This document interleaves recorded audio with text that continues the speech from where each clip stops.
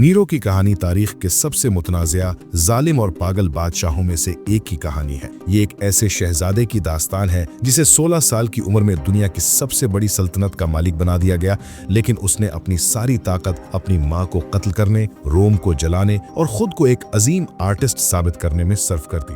Nero 37 ईस्वी में पैदा हुआ। इसका ताल्लुक रोम के पहले शाही खानदान यानी जूलियो क्लॉडियन से था। इसका बाप इसके बचपन में ही मर गया, लेकिन उसकी असल ताकत उसकी माँ एग्रिपिना यानी एग्रिपिना द यंगर थी। एग्रिपिना रोम की तारीख की सबसे चालाक और बेरहम औरतों में से एक थी।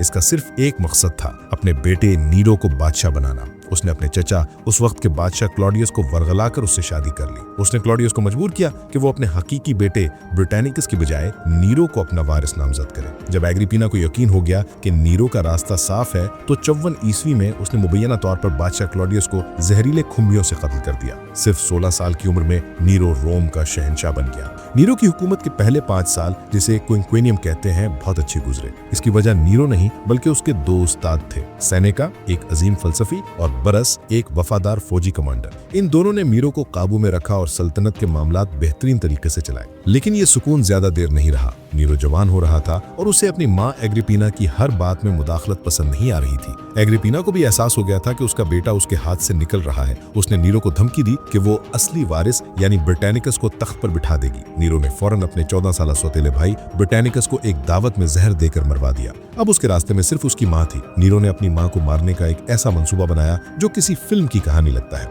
नीरो ने अपनी माँ को सुलह के बहाने एक दावत पर बुलाया। उसने खास तौर पर एक ऐसी कश्ती बनवाई थी जो समंदर में जाकर टूट सकती थी। दावत के बाद उसने अपनी माँ को इस सजी हुई कश्ती पर अलविदा कहा। जैसे ही कश्ती गहरे पानी में पहुंची, उसकी छत जिसमें सीसा भरा हुआ था एग्रिपिना पर गिरा दी गई और कश्ती को तोड़ दिया गया। एग्रिपिना एक बेहतरीन तैराक थी। वो बचकर किनारे पर पहुंच गई। जब नीरो को मालूम हुआ कि उसका मंसूबा नाकाम हो गया, तो वो खौफजदा हो गया। उसने फौरन अपने सिपाहियों को भेजा, जिन्होंने एग्रिपिना के महल में जाकर उसे तलवारों से मार डाला। अपनी मां को कत्ल करने के बाद नीरो मुकम्मल तौर पर आजाद और बेलगाम हो गया। नीरो खुद को एक बादशाह से ज्यादा एक आर्टिस्ट समझता था। इसे गाने, शायरी करने और रथ चलाने का जुनून था। वो अवामी मकामात पर घंटों गाता और शायरी करता। उमरा और सेनेटर्स को उसकी परफॉर्मेंस में बैठने पर मजबूर किया जाता। अगर कोई सो जाता या उठकर जाने की कोशिश करता तो उसे सख्त सजा दी जाती। उसने ओलंपिक खेलों में हिस्सा लेने के लिए यूनान का दौरा किया। उसने रथ रेस में हिस्सा लिया। रेस के दौरान गिरा और रेस मुकम्मल भी नहीं की, लेकिन जजों ने उसे ही फातेह करार दिया क्योंकि कोई और हिम्मत नहीं कर सकता था। ये नीरो की जिंदगी का सबसे बदनाम वाकया है।